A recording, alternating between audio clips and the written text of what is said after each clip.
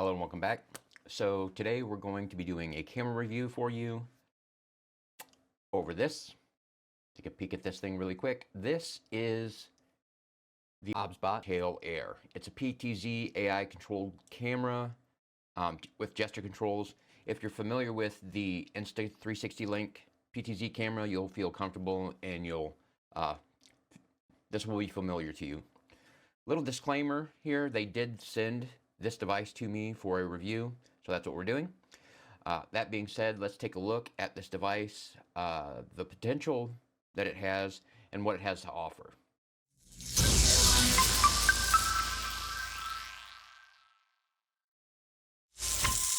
So here we have the OBSBOT Tail Air. We're going to take a look at the specs of this thing, and I'm going to let you know what it does, and really what it does really well, and give you some things that it doesn't do.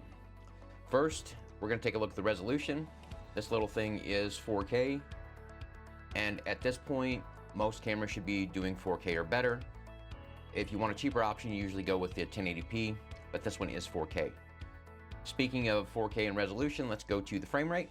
Frame rate is 30 frames per second. It's kind of unfortunate. I would have liked it to be 4K 60, but it is what it is. And I'm assuming they did that to try to keep costs down a little bit.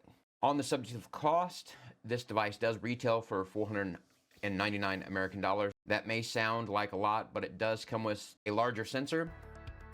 As you can see, that's larger than most web cameras, and it has some built-in options that most web cameras or streaming cameras can't match at the moment. You have multiple connections. The types of connections are USB-C, right here. That allows you to do UVC webcam stuff.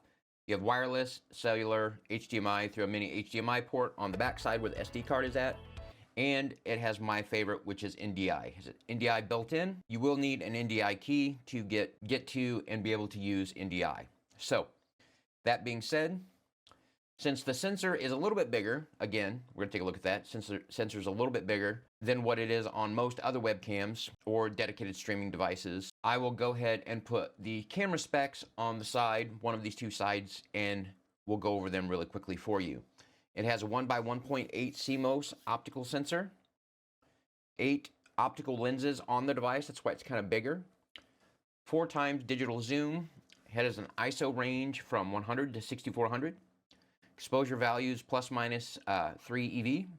It's got an electronic shutter speed of 1/8000.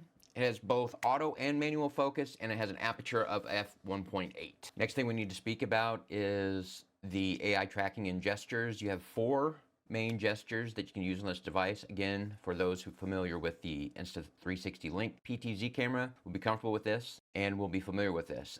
The gestures are palm up for tracking, and you'll see the OBSBOT will start blinking green, means it's tracking you. So if you move, it'll follow you. The OK symbol for starting and stopping of a recording is the symbol for recording. Fingers in the L position for a set distance zoom in and zoom out. Zoom, my hand's in the way, there we go. And then to zoom back out.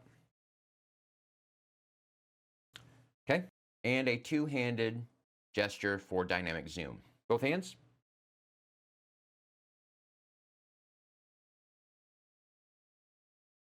Now let's talk about battery life on this thing. It has a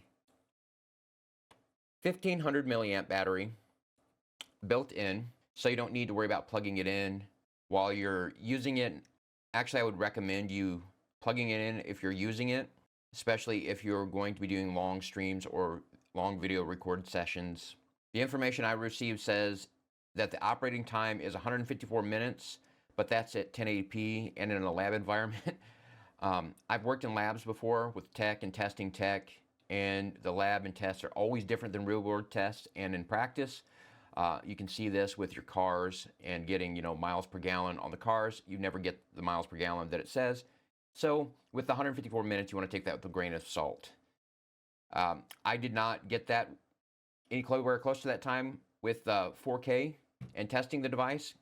Anyway, 4K 30 is going to give you a lot less time on the battery, so plug it in if you're streaming or if you're doing any kind of content creation, or if the device is going to be stable or set in one place, and forget it. You just want to plug it in. It'd just be better.